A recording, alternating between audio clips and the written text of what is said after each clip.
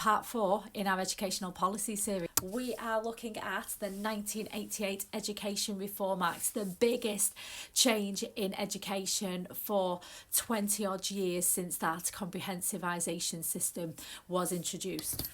And this was a new right inspired government, a conservative government that has brought in these marketisation policies. So what marketisation means is opening up schools to be run like businesses.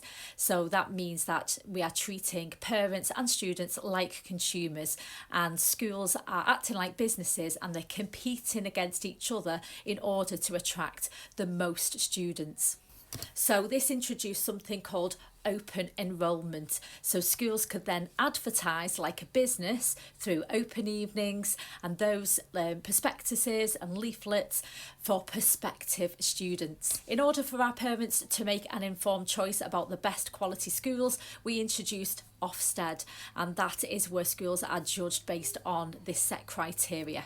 Another way to judge how good a school is through national testing. So these were introduced at the end of each key stage, so in year 2, year 6 and at GCSEs, and these then produced our league tables where schools are ranked based on their GCSE scores. And this all linked into funding as well. So they introduced something called a funding formula, which meant that each school got funds for how many students that they had in it. So popular schools had more funding compared to the undersubscribed schools.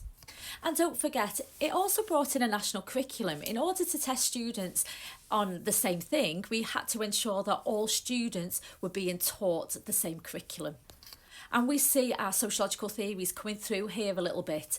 Our functionalist and our new right both agree that an education is based on the principle of meritocracy, and we see evidence of this here, where you are all taught the same and you are assessed in exactly the same way, and if you achieve, you will be rewarded based on your merit, on how hard you've worked. And of course we want to add some AO3, which is your evaluation and analysis.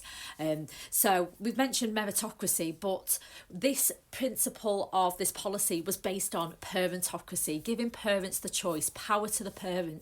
But the problem with this is it was accused of being a myth, because when we start to analyse, comparing middle class with working class parents, our middle class had at an advantage.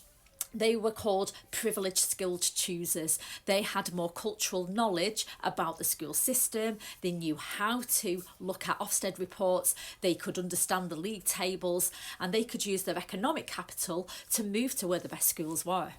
And we can also look at it from the angle from the schools as well. So the schools wanted to maximise the amount of students that they got, but they wanted the best quality students in order to move up the league tables. So they did something called covert selection, and that might be things like advertising their school in certain areas. They might use postcodes where there is high levels of middle class parents, because they were deemed as scoring higher on any testing that you would be doing. They might also have an entrance exam where they could cream skim the best students from the local area, from the local primary schools.